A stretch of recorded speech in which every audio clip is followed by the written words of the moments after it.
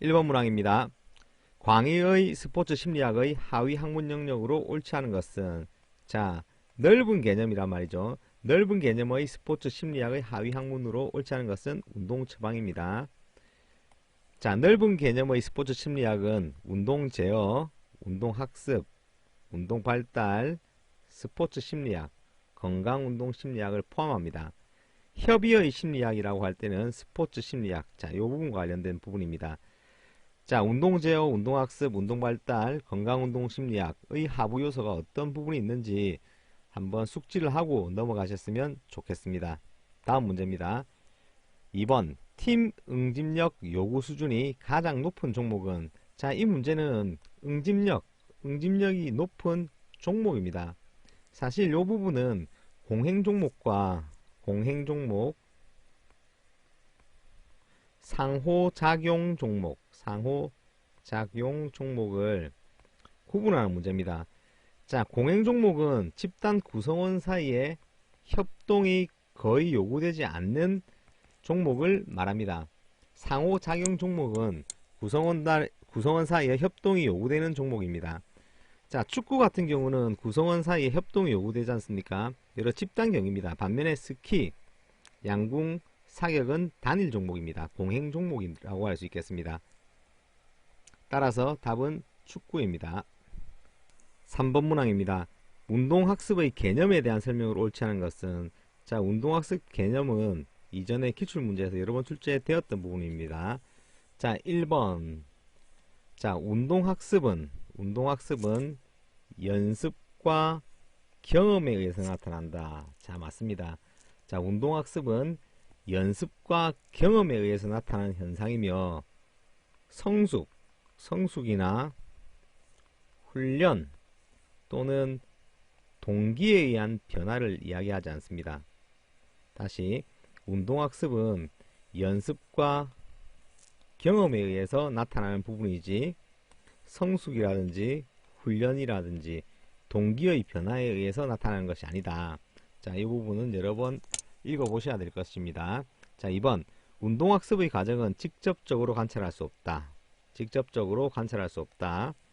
자, 운동학습은 비교적 영구적인 변화를 유도하는 내적인 과정이다. 자, 이렇게 3개 정리하셔야겠습니다. 자, 운동학습은 성숙이나 동기에 의한 일시적인 수행 변화를 말한다. 자, 운동학습은 연습과 경험에 의해서 나타나는 것이지 성숙이나 훈련이나 동기에 의한 변화가 아니라고 했습니다. 자, 이 부분 꼭 정리를 하셔야겠습니다. 자, 다음 4번 문제입니다.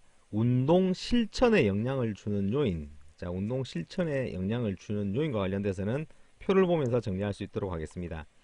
자, 운동 실천에 영향을 주는 개인적 요인과 환경적 요인이 있습니다. 자, 개인적 요인으로서 개인의 배경, 개인의 심리적 요인, 그리고 운동 특성 요인이 있습니다. 자, 이 중에서 운동 특성 요인은 꼭 짚고 넘어가셔야 됩니다. 여러 번 읽으셔야 됩니다.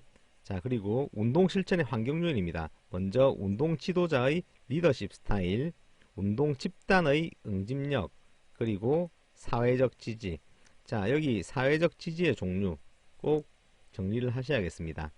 자, 그리고 물리적 환경, 사회적 문화, 이런 부분이 개인적인 요인과 환경적인 요인이 운동 실천에 영향을 주는 것입니다. 자, 다시 지문을 보겠습니다. 운동시설의 근접성이 좋을수록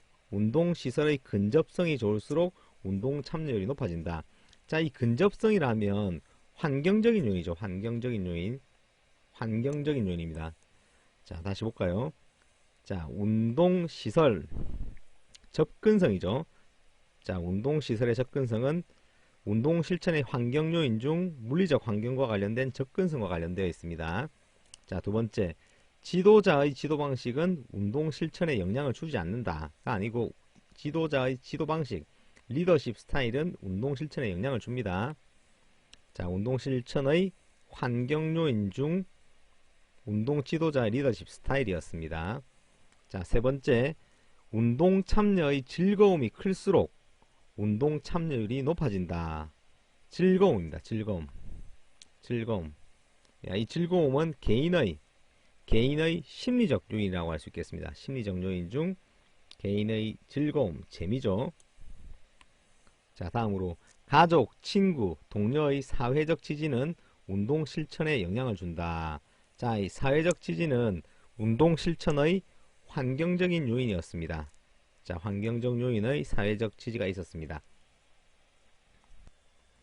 자, 5번 문항입니다. 불안과 운동 수행 간의 관계를 설명하는 이론은, 자, 불안과 운동 수행 간의 관계를 설명하는 이론은 거의 매년 출제되었습니다. 자, 먼저 보기를 읽어보겠습니다. 자, 인지 불안이 높아지면 각성이 증가함에 따라 운동 수행도 점점 증가하지만, 자, 여기 인지 불안이 있습니다. 인지 불안. 자, 그리고 생리적 각성, 그리고 운동 수행, 세 가지 변현이 있는 겁니다. 적정 수준을 넘었으면 수행의 급격한 추락 현상이 발생한다. 자, 요 이론은 카타스트로피 이론입니다. 카타스트로피 이론. 카타스트로피 이론과 관련된 그림을 볼 수 있도록 하겠습니다. 자, 카타스트로피 이론은, 자, 인지불안. 자, 인지불안. 자, 인지불안. 인지불안이 높을 때, 그리고 인지불안이 낮을 때 두 가지로 설명합니다. 먼저, 자, 인지불안이 낮을 때.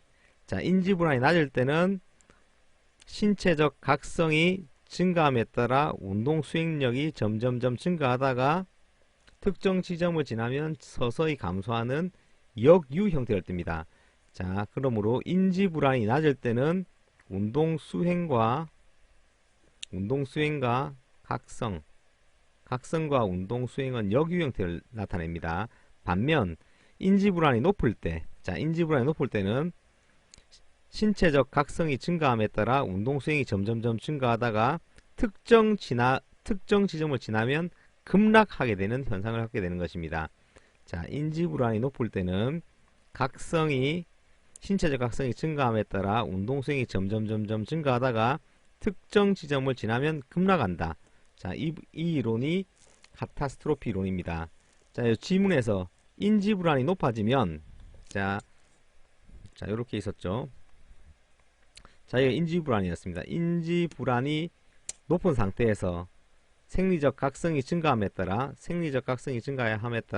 운동 수행도 점점점 증가하다가 적정 수준을 지나면 급락한다. 자, 카타스트로피 이론입니다. 자, 역유 이론. 자, 그려보겠습니다. 자, 요 부분이 각성이고, 자, Y축이 운동 수행입니다. 자, 각성이 증가함에 따라 운동 수행이 점점점 증가하다가 적정 수준을 넘었으면 운동 수행력이 감소한다는 이론입니다. 자, 이것이 역유 이론입니다. 자, 그리고 심리 에너지 이론 보겠습니다. 자, 심리 에너지 이론은, 자, 요 부분인데요. 긍정적 심리 에너지와 부정적 심리 에너지로 나눠 설명합니다. 자, 최고의 수행을 할 수 있는 영역은 긍정적 심리 에너지가 높고 부정적 심리 에너지가 낮은 이 구역에서 최고의 운동을 수행을 한다. 즉, 긍정적 심리 에너지가 높고 부정적 심리 에너지가 낮은 적정 에너지 지역이 있다. 자, 이렇게 이야기하는 것이 심리 에너지 이론입니다. 더불어 가장 많이 출제된 불안 이론은 다차원 이론입니다. 다차원 이론. 자, 다차원 이론은 불안을 인지 불안과 신체 불안으로 나누어 설명합니다. 자, 인지 불안이 증가함에 따라 운동 수행은 점점점 감소하지만 신체 불안의 경우는 신체 불안이 증가함에 따라 운동 수행이 점점점 증가하다가 적정 구간을 지나면 점점 다시 감소하는 역유 형태를 나타낸다는 것입니다. 자, 인지 불안과 운동 수행 간의 관계는 역상관관계지만 신체 불안과 운동 수행은 역유 관계로 설명하는 이론이 다차원 이론인 것입니다. 자, 다음 문항으로 넘어가겠습니다. 6번 보기에서 설명하는 자결성 이론의 규제 유형은 자결성이다. 자결성이란, 자, 스스로 결정한다는 거죠. 즉, 어떤 행동을 시작하는 노력의 주체가 누구인가에 따라서 동기가 틀려진다는 것이 자결성 이론입니다. 자, 이 자결성 이론은 세 가지 동기를 가정하고 있는데요. 자, 무동기, 외적 동기, 내적 동기로 구분하고 있습니다. 자, 무동기에서 내적 동기로 갈수록 자결성이 높아진다고 보고 있습니다. 자, 따라서 내적 동기 내에 감각 체험 내적 동기가 자결성이 가장 높다고 할 수 있겠습니다. 자, 먼저 외적 동기와 관련돼서 외적 규제, 의무감 규제 또는 내적 규제라고 합니다. 확인 규제가 있습니다. 내적 동기와 관련돼서 지식 습득 내적 동기, 과제 성취 내적 동기, 감각 체험 내적 동기가 있습니다. 자, 외적 동기와 내적 동기의 하부 요소와 관련돼서는 반드시 한번 정리를 하셔야 되겠습니다. 저와 간단하게 읽어볼 수 있도록 하겠습니다. 자, 외적 규제다. 외적 규제. 외적 규제는 외적 보상을 받거나 처벌을 피하기 위해서 행동하는 것을 말합니다. 자, 의무감 규제, 내적 규제라고 했죠. 자, 자기 스스로 압력을 느껴서 운동을 한다면 내적 규제에 해당합니다. 자, 확인 규제, 개인적으로 설정한 목표 때문에 행동을 실천하는 것을 말합니다. 지식 습득 내적 동기입니다. 지식 습득 내적 동기다. 자, 무엇인가 새로운 것을 배우는 것이 즐겁기 때문에 행동을 하는 것입니다. 과제 성취 내적 동기, 과제를 달성하여 어떤 만족감을 느끼는 것이 목적인 경우입니다. 감각 체험 내적 동기입니다. 운동을 할 때 즐거운 감각 그 자체를 맛보기 위한 동기를 의미하는 것입니다. 자, 이 부분 꼭 정리를 하셔야겠습니다. 7번 문항입니다. 연습 시간이 휴식 시간보다 상대적으로 긴 연습 방법은? 자, 연습 시간이 휴식 시간보다 상대적으로 긴 연습 방법을 집중 연습법이라고 합니다. 집중 연습. 자, 반대로 연습 시간이 휴식 시간보다 상대적으로 적은 연습 방법을 분산 연습이라고 합니다. 분산 연습. 자, 집중법과 분사법이다. 집중 연습과 분산 연습이다. 연습 시간이 휴식 시간보다 상대적으로 긴 집중 연습, 연습 시간이 휴식 시간보다 상대적으로 적은 분산 연습이 있습니다. 자, 전습법과 분수법도 있습니다. 분수법. 자, 전체 과제를 한꺼번에 연습하는 전수법이 있고, 분수법은 하나하나 요소를 연습하는 분수법이 있습니다. 자, 예를 들어 보겠습니다. 자, 운동기술의 하위 요소가 이렇게 4개가 있다고 가정을 했을 때 이 1번, 2번, 3번, 4번을 한꺼번에 연습하는 전습법이 있고, 개별적으로 하나 동작을 하나하나 연습한 다음에 다시 전반적으로 연습하는 분수법이 있습니다. 자, 전습법과 분수법, 집중 연습과 분산 연습 정리하셔야겠습니다. 다시 전습법은 학습자가 운동 과제를 한꺼번에 연습하는 것입니다. 자, 분수법은 운동 기술을 이렇게 하위 요소로 나누고 각각 연습한 뒤 다시 합쳐서 연습하는 것을 분수법이라고 합니다. 자, 4번에 무선 연습과 구행 연습이 있습니다. 3번 구행 연습, 4번 무선 연습이 있습니다. 자, 구행 연습은 하나의 기술을 주어진 시간에 연습하는 방법을 구행 연습이라고 하고, 무선 연습은 특정 시간에 운동 기술을 무작위로 연습하는 것을 무선 연습이라고 합니다. 자, 다음 넘어가겠습니다. 8번 문항입니다. 번스타인의 운동학습 단계를 바르게 연결하는 것은? 자, 번스타인은 학자죠, 학자. 자, 지금 운동학습 단계와 관련돼서는 거의 매번 출제된다고 보시면 됩니다. 자, 번스타인은 운동학습의 단계를 자유도 고정 단계, 자유도 풀림 단계, 반작용의 단계로 구분하였습니다. 자, 1번 문항과 관련돼서 협응 단계, 제어 단계는 뉴웰이라는 학자입니다. 뉴웰. 자, 인지, 연합, 자동화 단계는 피츠. 자, 인지 단계, 연합 단계, 자동화 단계라고 하기도 하고, 인지, 고정, 자동화라고 하기도 합니다. 자, 3번의 움직임 개념 습득 단계, 고정화 및 다양화 단계는 젠탈입니다. 젠탈입니다. 자, 학자 이름과 개별 단계에 대해서 정리를 하셔야겠습니다. 다시 뉴엘은 협응, 제어, 피츠는 인지, 연합, 자동화, 젠탈은 움직임 개념, 습득, 고정화 및 다양화 단계. 자, 다음 문제 넘어가겠습니다. 자, 9번입니다. 보기의 가로 안에 들어갈 용어는, 자, 정답은 심상입니다. 자, 심상의 특징 세 가지를 한번 살펴볼 수 있도록 하겠습니다. 첫 번째, 모든 감각을 이용한다. 두 번째, 자, 회상과 창조입니다. 회상과 창조. 자, 과거에 수행했던 부분을 회상하기도 하고 심상을 통해서 새로운 동작을 창조해내기도 합니다. 자, 그리고 세 번째, 외부로부터의 자극이 필요 없다. 자, 심상은 스스로 하는 거지 않습니까? 그래서 코치나 다른 지도자의 외부적인 자극이 필요 없습니다. 자, 질문 보겠습니다. 자, 심상은 모든 감각을 활용한다. 모든 감각을 활용한다. 두 번째, 과거의 성공 경험을 회상하거나 미래의 성공적인 운동 수행을 마음속으로 상상한다. 창조의 의미입니다. 자, 그리고 하나 더, 외부의 자극이 필요 없다. 이 부분 제가 정리를 하셔야겠습니다. 자, 그리고 심상과 관련돼서 하나 더 정리를 하셔야 될 부분이 내적 심상과 외적 심상을 구분하시는 부분입니다. 내적 심상이란 자신의 입장에서 어떤 것을 보거나 느끼는 것이고, 외적 심상은 관찰자 입장에서 자신을 보거나 느끼는 것입니다. 자, 내적 심상과 외적 심상을 구분하셔야 된다. 내적 심상은 자신의 관점에서 어떤 것을 보거나 느끼는 것이고, 외적 심상은 관찰자의 입장에서 보는 부분입니다. 자, 그리고 9번 문제의 인지재구성과 체계적 둔감화. 자, 인지재구성과 체계적 둔감화는 불안을 감소시키는 기법입니다. 자, 지문의 3, 4번 보기문항과 관련된 불안 기법과 관련돼서 살펴볼 수 있도록 하겠습니다.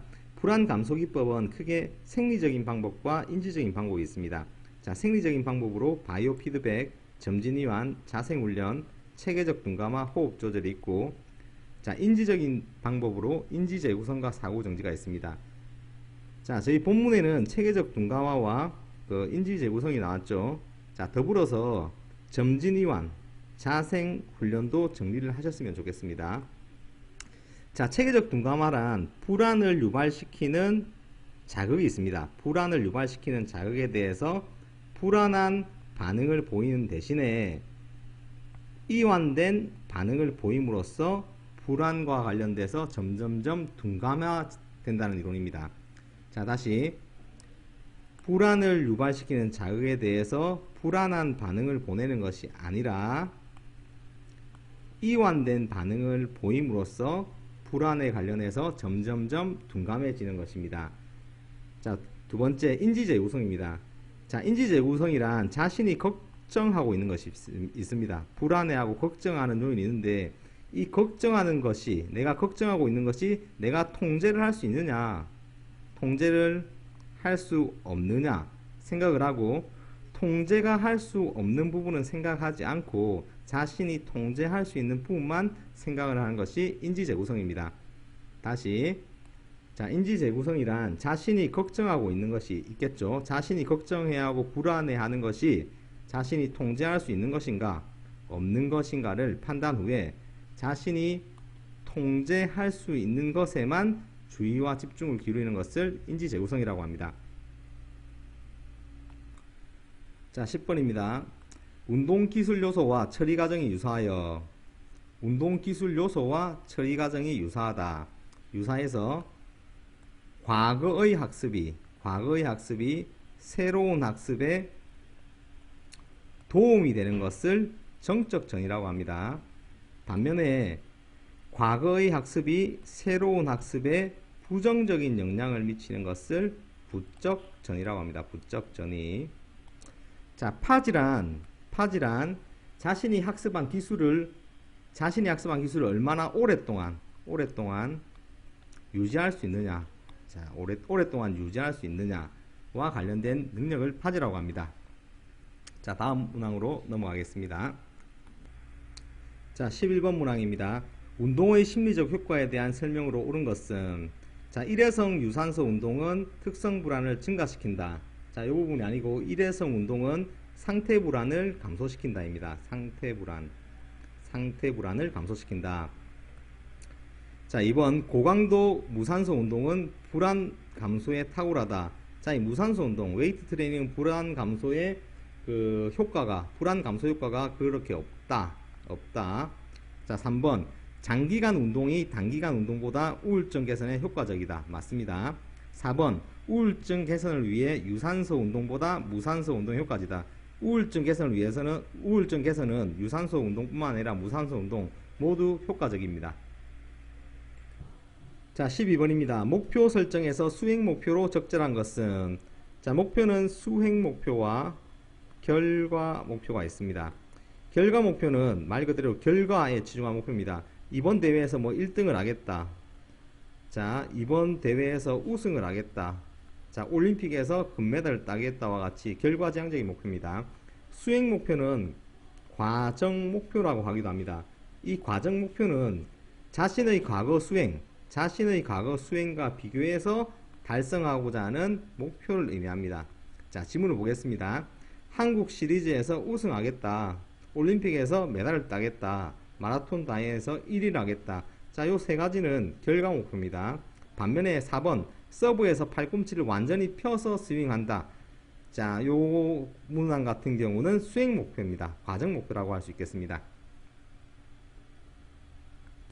13번 문항입니다. 보기의 사례가 의미하는 용어는 철인 3종 경기 선수인 선우는 경기 중 힘이 들어 포기하려는 순간 예상치 않게 편안함, 통제감, 희열감을 느끼는 체험을 하였다. 자, 이 부분은 쌓입니다. 자, 이 문항과 관련돼서 정리하셔야 할 부분은 자기 효능감입니다. 자기 효능감. 자, 반두라라는 사람의 자기 효능감의 4가지 원천과 관련돼서는 암기를 하셔야겠습니다. 자, 반두라의 자기 효능감의 4가지 원천으로 첫 번째 성공 경험이 있다. 성공 경험. 자, 그리고 간접 경험. 자, 그리고 언어적 설득. 자, 그리고 신체적 각성.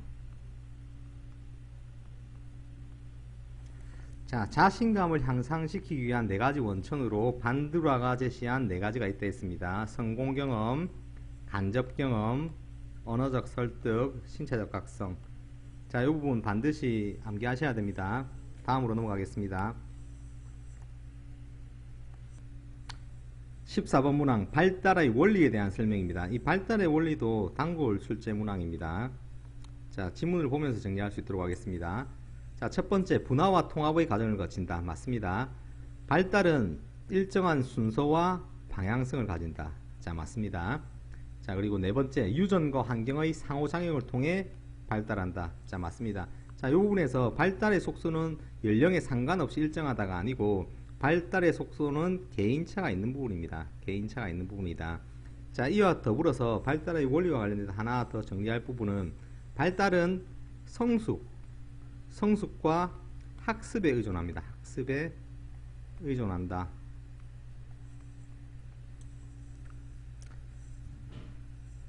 자, 발달은 일정한 순서와 방향을 가진다.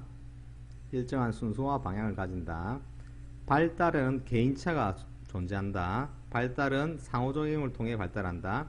발달은 성숙과 학습에 의존한다. 자, 운동 발달과 관련돼서 정리하셔야겠습니다. 15번 문항입니다. 자, 보기의 팀 구축 중재 전략과 요인을 바르게 설명한 것은 팀 구축은 다른 말로 팀 빌딩이라고 하기도 합니다. 자, 이 팀 빌딩은 집단의 응집력을 향상시키기 위해서 집단 구성원들의 자원을 잘 활용하고 문제점을 개선하기 위한 중재 전략이라고 할 수 있겠습니다. 자, 그러면 팀 구축 관련 모델을 살펴보면서 설명을 드릴 수 있도록 하겠습니다.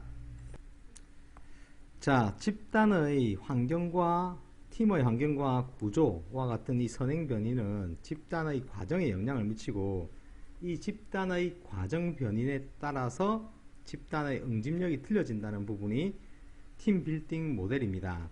자, 그러면 집단의 구조와 관련돼서 집단의 환경과 관련돼서 집단 과정과 관련돼서 암기를 하셔야 됩니다. 여기 집단 환경이 아니고 여기가 집단 과정입니다. 과정.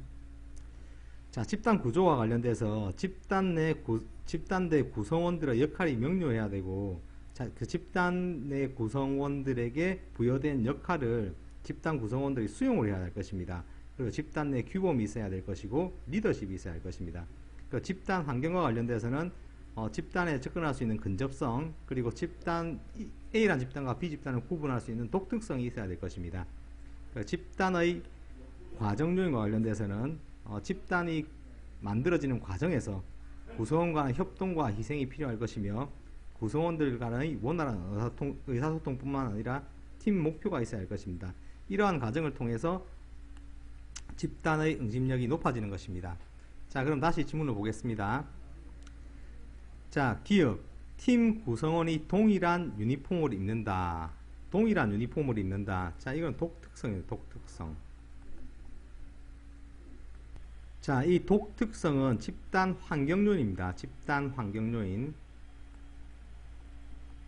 자, 매주 한 번씩 팀 미팅을 열어 각자의 역할과 책임에 대해서 논의한다.